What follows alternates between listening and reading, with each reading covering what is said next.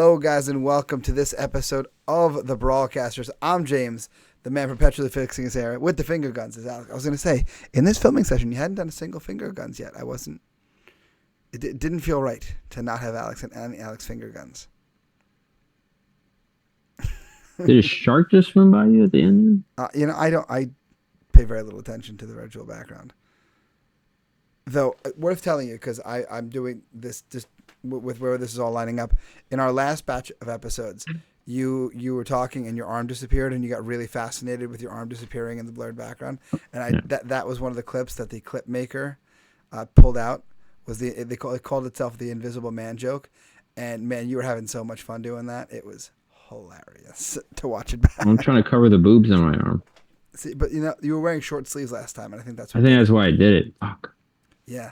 Ruined opportunity, really, honestly. Yeah, ruined opportunity. Will it cover some of the tattoos on this side? Yeah. See, but you guys all have an opportunity. You have the opportunity to subscribe to get the new episodes right as they drop, to see what hijinks Alex gets into, like making his tattoos disappear. He's having so much fun over there. It works. Why is it like a fucking no? It looks like you're being eaten slowly by you ever seen the movie The Blob? Yes. The movie used to freak me out, but yeah, it's like The Blob. It looked like the lava was slowly crawling up your arm. The Blob, what was it? It was the movie theater scene that used to fuck me up. You guys don't know what I'm talking about because I'm an unk. I got called an unk again the other day. Yeah. Tell me about this. Yeah. It was in training. We were like, I was like, I forgot what I said. I said play something. It was like, all right, unk. I was like, fuck you, dude.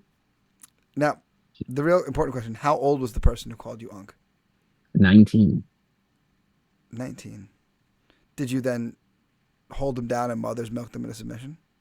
I got him in an armbar. I got him in a Von Flute. I got him with a straight ankle. And then after that, I just held him for like 2 minutes. Lovingly, of course. Yeah. Yeah. I didn't wrestle with him, though, because last time I wrestled him, he almost sent me through the fucking mat. So I didn't wrestle with him. I pulled guard like a fucking punk. Yeah. See, people call that like, oh, you're a wuss if you pull guard. Listen, there are some people to pull guard with.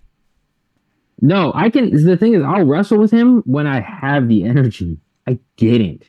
So I'd rather spend that energy to submit him. Well, there are some people who I know, if we're going to wrestle, it's going to be like knock down, drag him out. You're going to slam me into walls. You're going to trip me over people. I don't necessarily have that fight in me every single day. And I'm like, you know what? I'll just sit with you. I'm fine. I'm fine doing that. Plus, the majority of my jiu-jitsu game, like my whole game is designed around the concept of I know I can strike really well because that's the majority of my background. So odds are if I'm on the ground, it's because somebody else put me there. So I'd rather work off my back and reverse you and then go to work. That's what she said. I don't think she said that. I don't think she wants to work off her back, reverse you, and then go to work. See, what Missy Elliott song were you listening to? Because I think you heard the lyrics wrong. Oh man, that's what she said, buddy. I don't think she's not talking about an electric chair sweep. She might be. Wouldn't that be some shit if after all this time Missy Elliott was talking jujitsu? Like, oh my! Now I want to like look up the lyrics of the song because every sweep in jujitsu is a reversal, right? So maybe she's gonna flip that thing over and reverse it. Oh my God, she is talking about jujitsu. Oh my God, Missy Elliott was talking about jujitsu all along. God, you know what I really need? I need Eddie Bravo to have the same kind of revelation on a Joe Rogan fight companion and just go on for like 48 minutes about how Missy Elliott was really talking about jiu-jitsu. I haven't watched one of those in a while. I haven't either. They just dropped a new one. Haven't gotten to it yet, but those are always entertaining. Yeah. The big controversy from this one is Brendan Schaub apparently smoked a cigar backwards.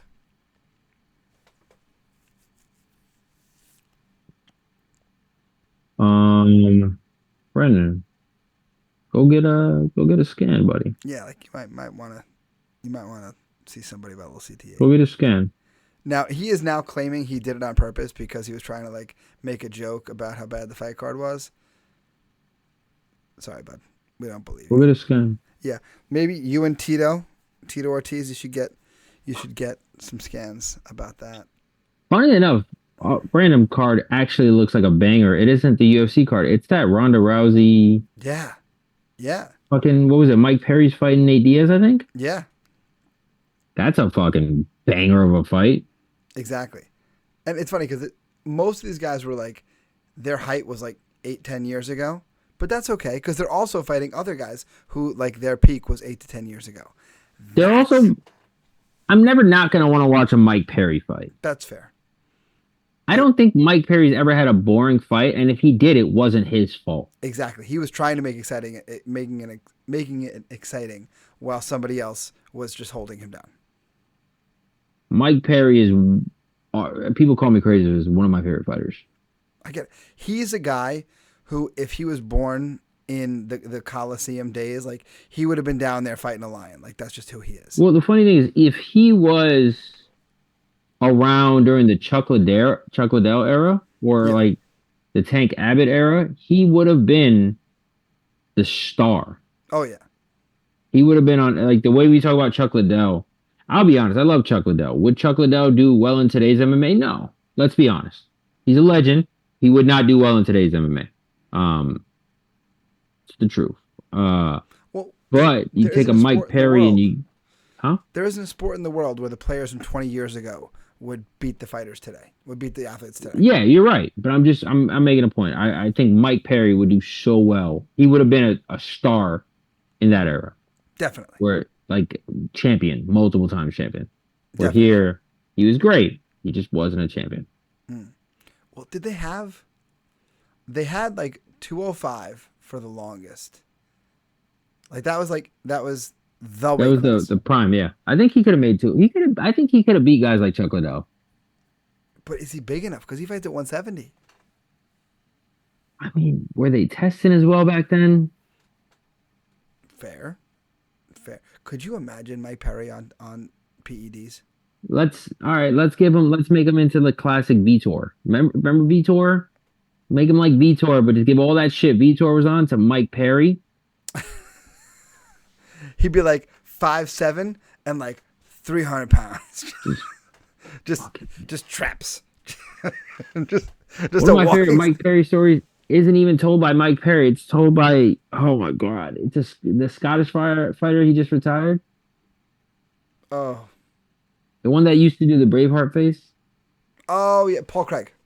Paul Craig talked about it. Look it up, guys. He talked about that Mike Perry story where Mike Perry's the one inspired him to do that. Gotta love that.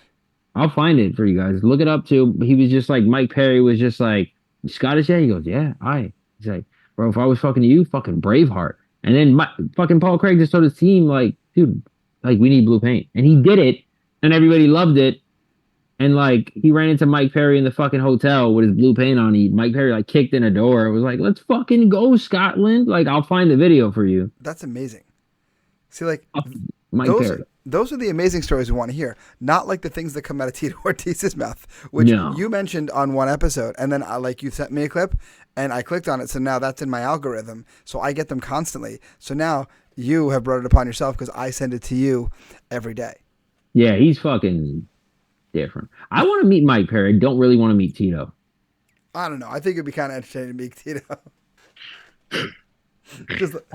I think we're not going to get along. Whereas Mike Perry, I feel like we're going to get along, but too well.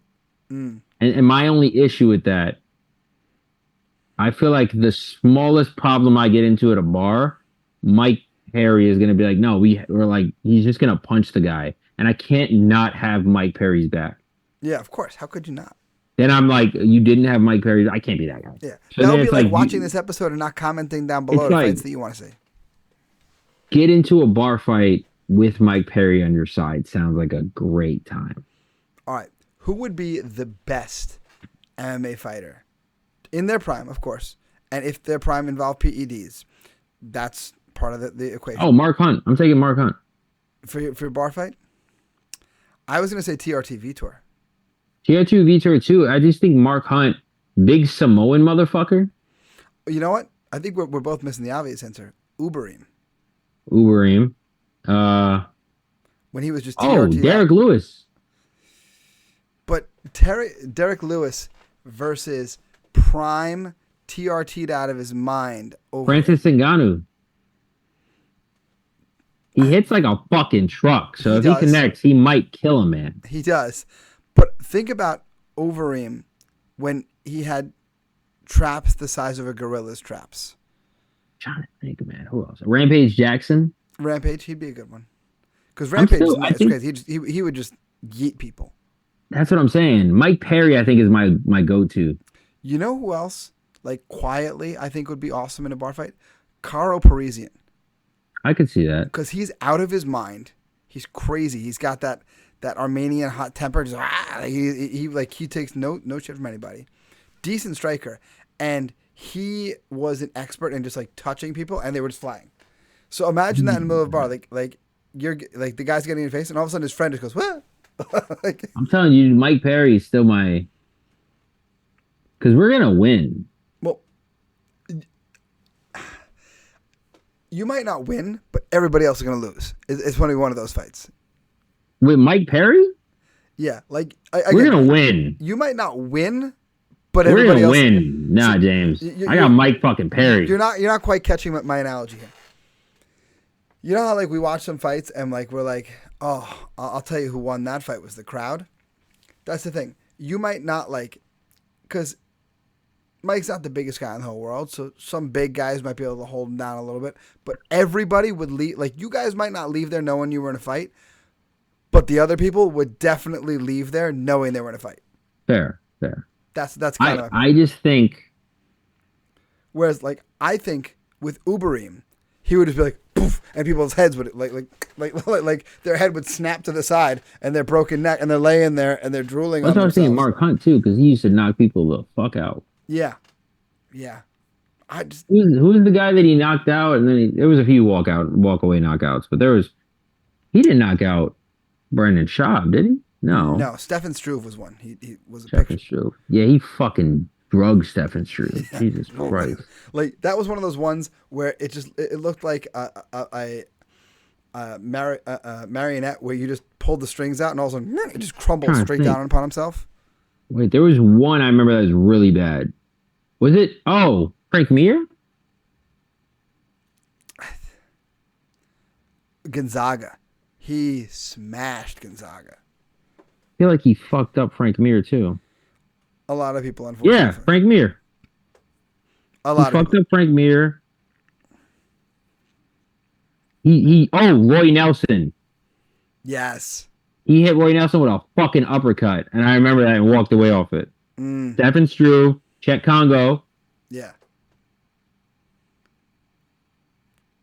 Yeah, he had some really fucking sick knockouts. See, Roy Nelson was that same kind of way. Roy Nelson, who like everybody expected to like take people down, lay on top, and just kind of give him noogies until the ref pulled him off.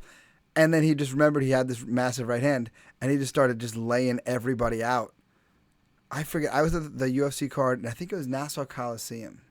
But it was either there or the one in Jersey where John Jones fought Chael Sonnen. I was at one of those two. And it was kind of like a lackluster fight. And then he started to swing. And boom! Nelson hit him with the monster shot. Just crumpled him. I met Chael Sonnen. I know. And I continue to be hurt. He complimented my glasses and my belt. Yeah. I continue to be upset that the universe lined that up the way that it did. Yeah, I just had to mention that to you. Yeah. Just the one, the one flex card I happen to be on vacation for. And I'm literally online at Space Mountain. Literally. And like we're killing time on my phone. And I'm like, Chael Sonnen is coming to the fight card tonight? Yeah. What? We hung out. Yeah. He was great. Yeah. Hopefully he's watching. Chael, I hope you're one of our subscribers. I'd appreciate that. We could hang out again and we won't invite him. Yeah, listen. You saying you wouldn't invite me? Yeah. Wow. Kidding, buddy. That's I wouldn't do hurtful. it. That's hurtful. That's hurtful. Guys, you all just heard the just blatant disrespect, the blatant just ouchie that Alex gave me. I'm kidding. Don't worry, I'll make it up to you. Here, we have this great fight. Let's go. All right. Hopefully the fight makes up for just that burn that Alex just gave me. Here we Let's go. see if it does. In 3 and 2 and 1. It was the most unenthusiastic 3, 2, 1. You know why? Because I'm down, Alex. You knocked me down. I'm sorry, buddy. I don't have any BFL goats to bring me back up either. No, these are fucking. This is the punching deck. If this is your All right. Oh, J-Man, is that is That's it King J J-Man? Man. Yeah. And look at him. Look at the guy in the background, in the blue shirt, doing commentary along with the announcer. That's great. And then is that the guy in the purple shirt there, right behind the announcer? Is that the guy from the videos who they bring him out the giant plates of food and he just sits there and does the Oh dance in front of yeah. them? It might be. It No. might be. Look, that was a good joke. I'm glad you That got that. guy's holding Little Caesar's pizza box. That's how you know this happens anywhere other than New York. Because if it was New York, it'd be good pizza. No. Dude, I hate when people are like, you want to eat pizza? I'm like, yeah, and they eat fucking Little Caesars. Bro, how about that pizza we had before that last flex card? Good. That was Good good pizza. pizza. That was a good New York pizza. Remember that we had like a fucking Little Caesars and me and you just looked at each other and we like fucking hate this shit. Yeah. But like we were so hungry, they were just sitting there eating like, this is terrible, but we just need the calories. We just need something, bro. We were dying. Then there's that guy in the green wraps clearly fought earlier today. All right, so Guzman in the checker shorts, Jax in the black shorts with the Holy shit. awesome double leg. And Guzman just flailing here. He's just flailing. That was embarrassing.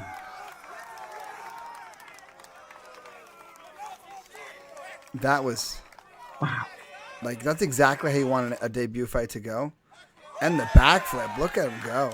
That was maybe the most one-sided fight we've called in a while.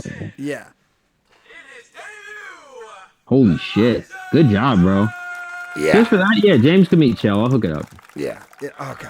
All right. Well, now you're making things better. So, Elijah, thank you for that you've turned this around. Yeah, that was... Well, I mean, what an epic double leg. Like, dude, that moment and then the ground and pound to the back, like, that's one of those visuals that'll be in your highlight reel for forever. Like, there's a teammate of mine, Nick Pace. And Nick, he had this little streak going for a while where he just kind of kept getting, like, highlight reel finish after highlight reel finish. Like, he fought in Bellator. Not in the tournament, but like around that time, hit a flying knee knockout. It was like his second or third pro fight. Mm-hmm. And then a couple fights later, he's in the UFC fighting Will Campazano. Chokes Will out with what is they call a pillory choke apparently, but no one had seen it before. Okay. So Joe Rogan's like, "What do you call that?" He's like, "It's the pace choke. It's the pace choke." So the man in Bellator, international television, whatever. Highlight reel, flying knee knockout. In UFC, does an awesome fight, hits a armless triangle, which is called the pillar choke, the pace choke, finishes the pace choke, hugs Joe Rogan. I'm like, dude, hang it up. It's never getting better than this. Yeah. Never getting better than this. Like that, you've got a streak here that you absolutely cannot beat. Like, yep. I feel like he had one other big one too. That it was like. Crazy. Like another one like that was Shane Burgos. Shane Burgos was another one who like his first pro fight, he finished a Darce choke, but he was doing a handstand using the cage to hold. He was leaning his legs up on the cage.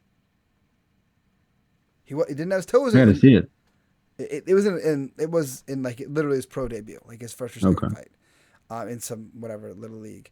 Literally, like it was okay because he wasn't using his toes to grab the fence, but he just had his legs. He didn't have the room to spread out, so he just walked his body up the cage and finished that way. And then you know that highlight from Mackenzie Dern where she has the omoplata and she rear naked chokes the girl at the same time. Mm-hmm. Shane did that first. Literally did it in his like, again like second or third fight.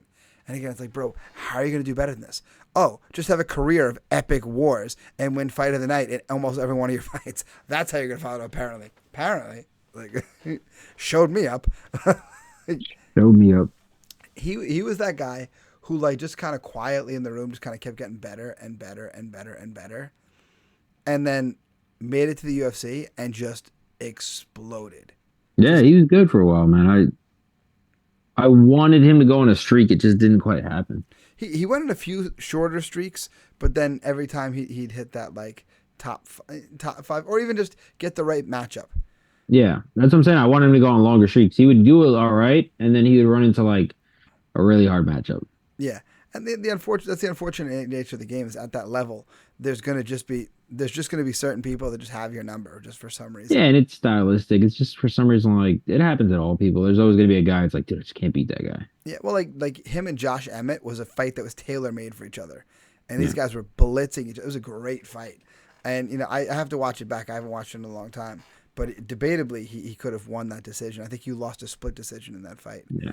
Or like the fight with Edson Barbosa, like two guys who were killers in the feet, and Edson hits him with this awkward shot, and then there was the delay, and then Shane's legs went away, but even still, there was a fight. He got dropped after I think it was after the Edson fight. He got dropped, and the guy chased into his guard, and like they didn't know the big secret that Shane actually has really good jiu-jitsu, and Shane like almost immediately laddered up, caught him in an armbar, and got him in the armbar like immediately. Yeah. People like sleeping on like, oh, he knows how to do that too. He doesn't just go forehead to forehead and bash people in the face. No, he's a good. He's a good fighter. Yeah, he fought in the PFL a couple times too. Yeah. I think he had 3 fights in the PFL. He's currently on the injured reserve at the moment. He tore his bicep like bad. Like he threw it. I was watching the clip. Like he threw a punch in training and instantly was like, oh, tore my bicep. Like the moment he did it, he knew it. It's like, it's terrible. Fuck. Yeah, that does suck. Injuries are an unfortunate part of this game, especially at that high competitive level. At the unk level like you and I, where we're not going pro crazy. Yep. It happens, guys. Yeah, And we still hey, get injured a little bit, but not quite at the all the same time. level. Still not quite at that same level. But you know what you guys can do about it? You guys can subscribe to make sure you get more of our fight wisdom week after week after week. You can make sure that you guys are liking all the videos that you watch. We appreciate that. Just helps spread us throughout the YouTube algorithm. We appreciate that. If there's fights that you want us to call, again, we've said it before, we'll do pro fights, we'll do amateur fights, we'll do any fight as long as there's a referee. Comment it down below. Even if you want to do Alex's weird kung fu fights that he's doing now, you could. Tiger Showman's way. No. Anyway, I got to show you some videos like the old school Tiger Showman fights from when he was like in the 80s competing in Kyokushin and kicking dudes in the skull and knocking them out. This. No, it wasn't that actually. It was like shins. Like to and domes. subscribe, guys. Do this. That's how you get There you your hair go. like Alex. And then, guys, get to our merch, brawlcasters.printful.me.